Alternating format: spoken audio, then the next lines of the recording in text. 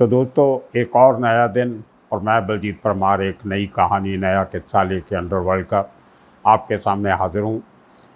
मैं आज आपको सबसे एक अहम बात बता दूं कि ये आज का किस्सा अगर आपने पूरा नहीं सुना तो आप मुंबई के अंडरवर्ल्ड से जुड़ी हुई सबसे बड़ी कहानी से आप उसको पूरी तरह एंजॉय नहीं कर सकोगे, समझ नहीं सकोगे। इतना ड्रामा, इतना एक्शन, इतनी प्लानिंग और इतना डेयरिंग ऑपरेशन किसी के गढ़ में जाके करके, दूसरे गैंग के हेडक्वार्टर में जाके उसके ख़ास आदमी को मार के आना, ये 90 के दशक का सबसे बड़ा ऑपरेशन था। उसके पहले शायद इस किस्म का ऑपरेशन को अंडरवर्ल्ड में हुआ होगा तो समद खान को मारने का हुआ था 1984 में।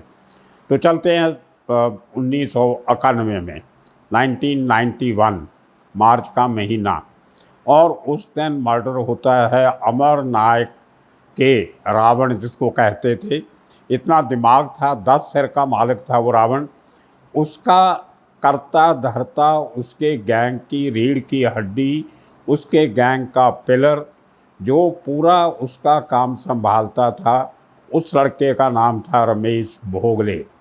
और मार्च के उस दिन 1991 को रमेश भोगले का मर्डर होता है अमर नायक के गढ़, अमर नायक के किले के अंदर। ये कहानी अपने आप में बहुत दिलचस्प है, ज़रा ध्यान से सुनना। मैं बहुत मेहनत की है मैंने इस कहानी पे डिटेल निकालने में, कहीं कोई खबर तक नहीं मिल रही थी। रमेश भोगले के नाम का कोई जिक्र कहीं इंटरनेट पे नहीं मिल रहा। और एक इसलिए आपको बता रहा हूँ कि ये किस्सा बड़े ध्यान से सुनना और पूरा सुनना। बात कुछ ऐसी हुई कि अमर नायक, आपको मालूम है कि बहुत बड़ा क्रिमिनल था, अपना गैंग चलाता था और वो अकेला शख्स था जिसने 3-3, 4-4 फ्रंट खोल कर रखे हुए थे। सबके साथ वो लड़ रहा था अपने कारिंदों के साथ। एक तरफ उसकी दुश्मनी अरुण गवली से चल रही थी, दूसरी तरफ उसकी दुश्मनी छोटा राजन से चल रही थी, तीसरी तरफ उसकी दुश्मनी शेट्टी गैंग के साथ चल रही थी, चौथी तरफ उसकी दुश्मनी दाऊद इब्राहिम के साथ चल रही थी। और इतने दुश्मनों के चलते हुए वो आदमी इन सब के बीच में घिरा हुआ था। उसका जो हेडक्वार्टर था उसका नाम था 144 टेनेमेंट्स। 144 टेनेमेंट्स इसलिए कहते हैं कि जो वो बिल्डिंगें हैं वो 3-4, उनमें टोटल 144 घर हैं। उसको दफ़ा 44 भी कहते हैं कि वो एक 144 टेनेमेंट्स में हमेशा दफ़ा 44 लगी रहती थी। पुलिस का पहरा 24 घंटे रहता था।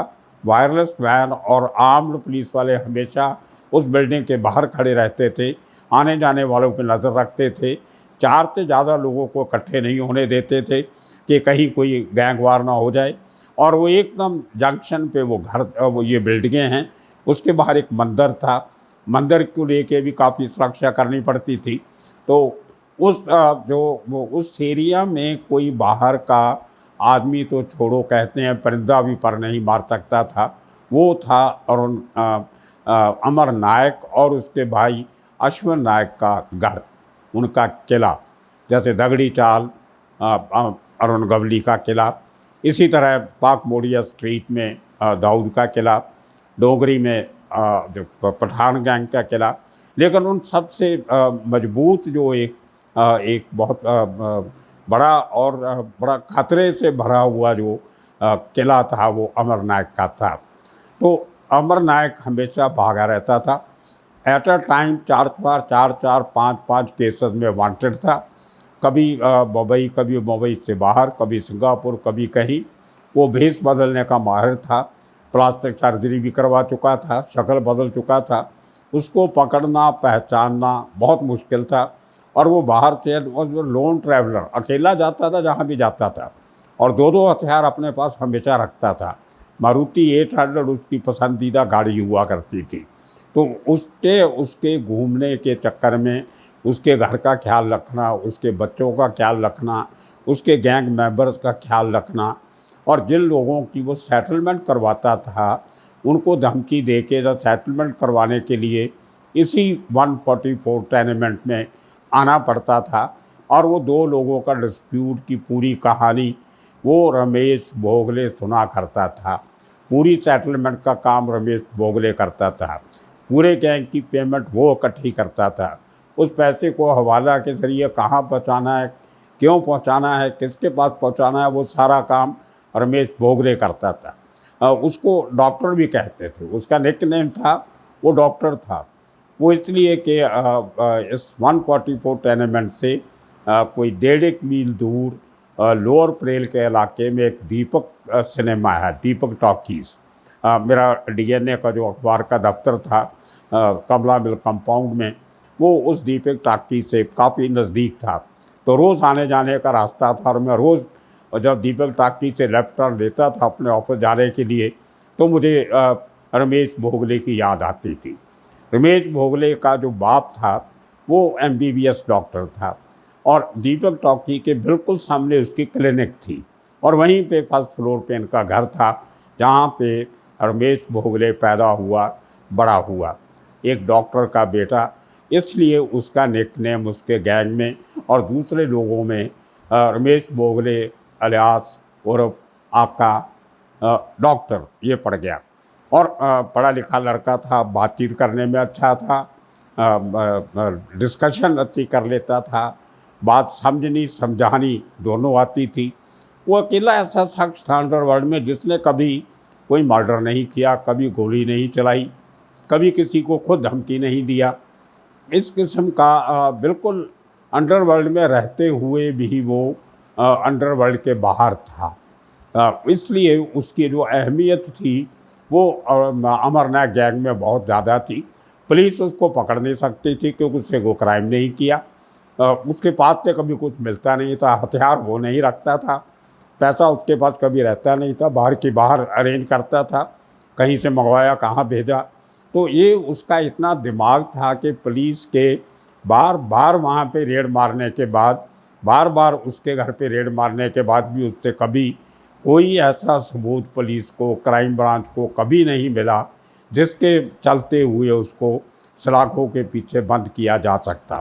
तो ये भोगले की डॉक्टर की एक और खूबी थी। और क्योंकि रोज़ के पुलिस के रेड पक गए तो घर वाले भी दुखी हो गए, तो आकर एक दिन उसने अपना घर छोड़ के 144 टेनेमेंट में सेकंड फ्लोर पे एक छोटा सा घर किसी से ख़रीदा और उसमें रहना शुरू कर दिया। वो 144 घरों में से तकरीबन 50-60 घर थे जो वो अमर नायक और उसके गैंग मेंबर्स के पास थे। इसके अपने ही शूटर, अपने ही काम करने वाले, जहाँ अपने ही लोग, वहीं पे एक दो घरों में एक किस्म का interrogation room sort of thing बनाई हुई थी। वहीं पे कुछ अंडरग्राउंड, कुछ ग्राउंड फ्लोर के कुछ घरों में कुछ ऐसे सेलर बनाए गए थे जिनमें हथियार छुपा के रखे जाते थे। बड़ी खूबसूरती से, जैसे अरुण गवली ने अपनी दगड़ी चाल में इस किस्म के हथियार छुपाने के ज़रिए बना रखे थे, उसी तरह 144 टेनेमेंट में भी इसी किस्म का जुगाड़ था। तो इस हालात में जब अंडरवर्ल्ड की दुश्मनियां बढ़ती हैं, शेट्टी गैंग के 39 लोगों को अमर नायक ने मारा, वो लोग बदला लेने की फिराक में दशरथ रहाणे को मरवा दिया। तो ये इस किस्म के काम चलते चलते अमर नायक का घर से और शहर से गैर हाजिर रहना, तो दूसरे गैंग को ये लगता था कि अगर किसी तरीके से रमेश भोगले उर्फ डॉक्टर को रास्ते से हटा दिया जाए तो अमर नायक गैंग जो है बहुत कमज़ोर हो जाएगा। जैसे माधव भाई का मैंने आपको किस्सा सुनाया, माधव भाई ठक्कर, वो करीम लाला का पूरा काम संभालता था। इसी तरह अमर नायक का ये आदमी जो उसका चार्टर्ड अकाउंटेंट भी था, उसका वकील भी था, उसका प्लानर भी था, उसका डिप्लोमेट भी था, उसका नेगोशिएटर भी था। तो ये सारे काम वो अकेला आदमी देखने में बड़ा शरीफ सा लगता था।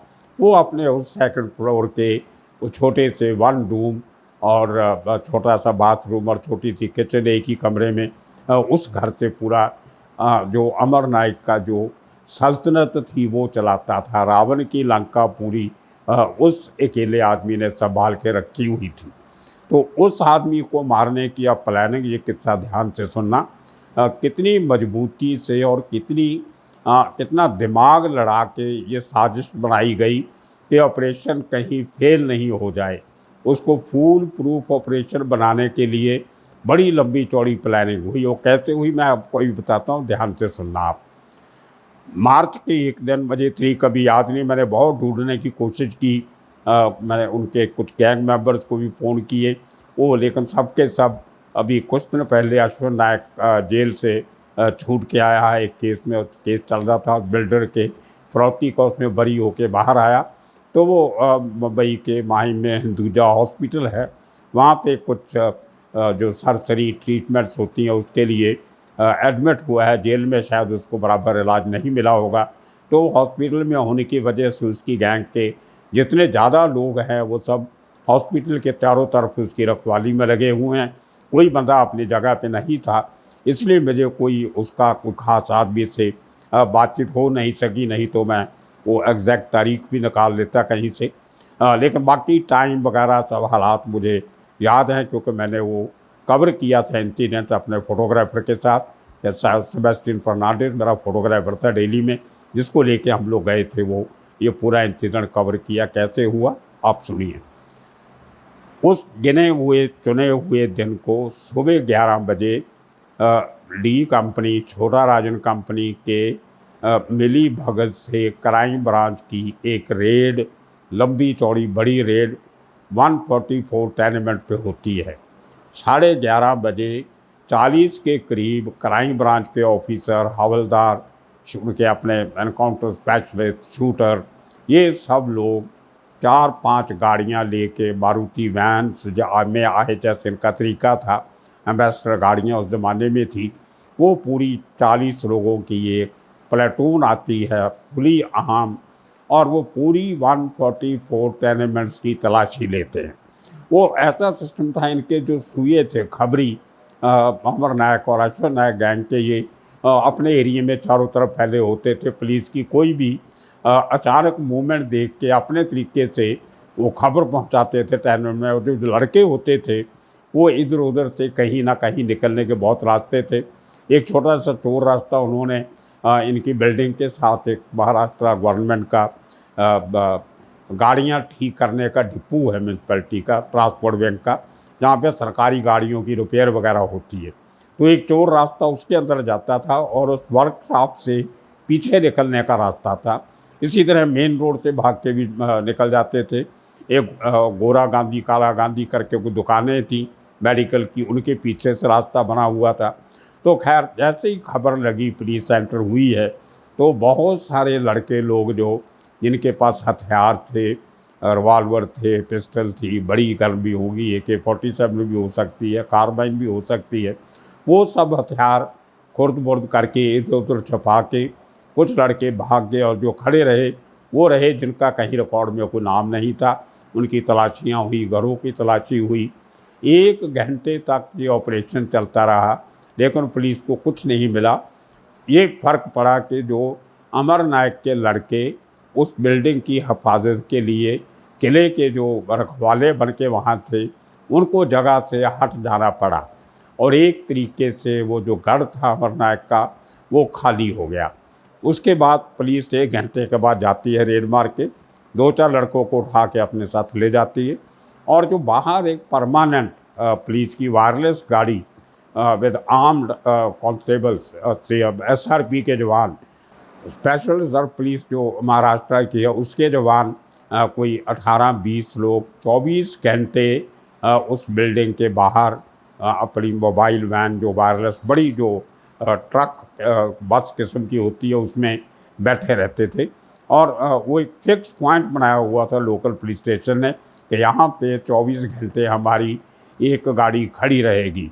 हर 8-10-12 घंटे के बाद दूसरी वैन आती थी, नए पुलिस वाले आते थे और पहले चले जाते थे। तो ये एक परमानेंट फीचर था कि 24 घंटे वहाँ पे पुलिस की हाजिरी, मंदिर के बाहर मेन रोड पे, इधर फुटपाथ के ऊपर चढ़ा के भी वैन लगा के खड़ी करते थे, वो वहाँ पे रहती थी। लेकिन उस दिन, जिस दिन हमले की बात होती है, मैं उस दिन की बात सुना रहा हूँ।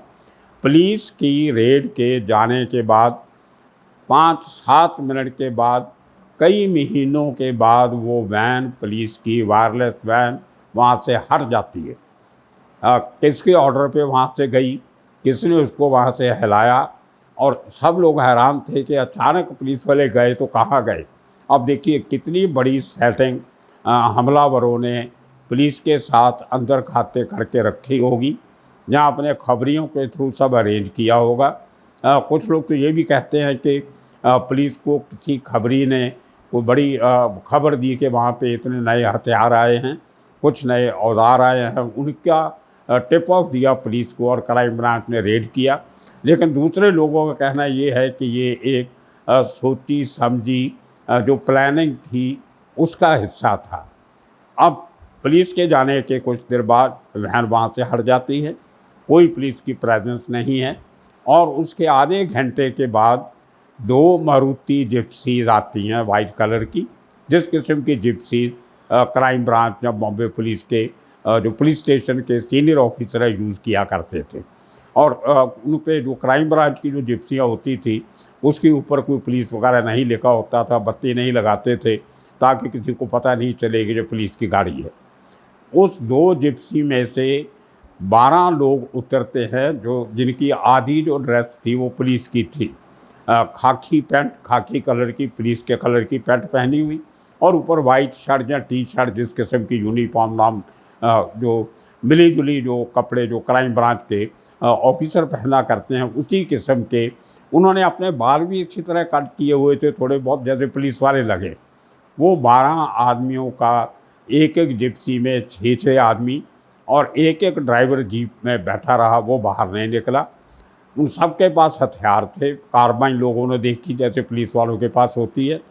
तो ये 12 आदमियों का लीडर था सलील सावन, और उसके साथ छोटा राजन के खास शार्प शूटर थे जो दिवाकर चुरी, संजय रगड़, रमेश झुक्कर वगैरह वगैरह। ये 12 लोग पुलिस वाले बन के उसी 144 टेनेंट में घुसते हैं, जैसे पहले पुलिस असली पुलिस घुसी थी उसी तरह ये नकली पुलिस वाले बन के टेनेंट में घुसे, और कहीं नहीं गए। सीढ़ियाँ चढ़ के, उस बिल्डिंग में लिफ्ट नहीं है, सीढ़ियाँ चढ़ के सीधा 2nd फ्लोर के उस कमरे तक जाते हैं जिस कमरे में रमेश भोगले अलियास डॉक्टर था। और इनकी उसकी बुरी किस्मत कहो या इनकी अच्छी किस्मत कहो, वो कमरे के अंदर नहीं था, वो कमरे के बाहर बरामदे में खड़ा किसी से नीचे ग्राउंड फ्लोर पे बात कर रहा था। और जैसे ही ये सीढ़ियाँ चढ़ के गए, कोई लड़का नहीं था, अमरनाथ के आदमी भागे हुए थे सब पहले पुलिस रेड से। जो 1-2 थे उनको पता लगने के पहले ये 12 लोग सीढ़ियाँ चढ़ जाते हैं। कुछ लोग नीचे अपनी पोजीशन लेते हैं, कुछ 1st फ्लोर पे पोजीशन लेते हैं। कर करा के जो आदमी ऊपर जाते हैं आखिर में, वो कार्बाइन से फायर करते हैं, बस फायर सीधा। उसमें भोगले को एक कदम इधर से उधर जाने का मौका नहीं मिला, और वो छोटा सा जो बरामदा था 2.5-1 फीट चौड़ाई उसकी, पूरे पैसेज था, पूरी 8-10 घरों का कॉमन, उसमें अपने दरवाज़ा खोल के अंदर जाने का मौका नहीं मिला उसको।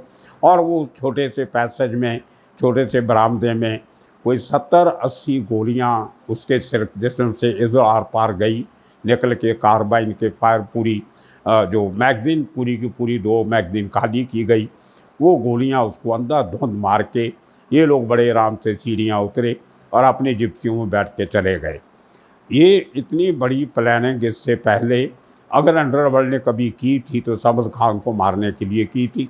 उसके बाद छोटा सा एक मिनट की बात करके मैं ये ख़त्म करूँगा। दूसरे दिन जब इन लोगों की मीटिंग होती है अमरनाथ गैंग की, तो उसमें मालूम पड़ता है कि पूरे ऑपरेशन की जो खबर थी वो एक जयेश ठक्कर नाम के आदमी ने दी थी। वो ठक्कर इनका ही आदमी था अमरनाथ का। वो कुछ जुए के धंधे भी चलाता था, मटके के अड्डे चलाता था। उसकी शादीशुदा था, लेकिन उसने 1-2 और लड़कियों के साथ को रिश्ते बना के रखे हुए थे। तो उसकी बीवी ने, अमरनाथ तो था नहीं, अश्विन नायक के पास कंप्लेन की कि मेरा हस्बैंड आपके पास काम करता है और आज साथ में ऐसे काम करता है, घर का ख्याल नहीं रखता। तो अमर नायक ने उस ठक्कर को 4-5 थप्पड़ मारे, गालियाँ वालियाँ दी कि तू सुधर जा, नहीं तो तेरे को मार डालेंगे। तो उस आदमी को किसी ने वो जो जिप्सी बाद में आई थी उनमें बैठे हुए देख लिया था। उसको 3-4 दिन के बाद, उसका घर नज़दीक ही था, शांति नगर पार्थ रोड जेल के पास एक एरिया है, वहाँ से उसको उठाया गया।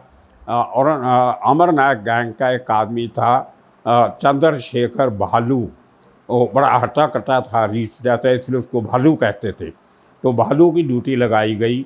वो उसको ले जा के उठा के अगरीपाड़ा का जो सर्कल है उसके पास जाके बड़ी बेरहमी से उस ठक्कर का कत्ल भालू ने किया। जो अक्सर लोग कई बार कह देते हैं कि भालू डोकरे ने किया, वो भालू डोकरे का कोई हाथ नहीं था, वो चंद्रशेखर भालू था। उसको लोग कंफ्यूज कर जाते हैं। तो ठक्कर की मौत भी 1 हफ्ते के बाद हो गई। ये सबसे बड़ा ऑपरेशन जो रमेश भोगले को मारने के लिए किया गया। शायद आपको ये पूरा किस्सा कहानी अच्छी लगे होगी। अपने कमेंट ज़रूर दीजिए। आने वाले दिनों में कुछ और किस्से कहानियाँ लेके फिर हाज़िर होऊंगा। तब तक के लिए सबका शुक्रिया, धन्यवाद।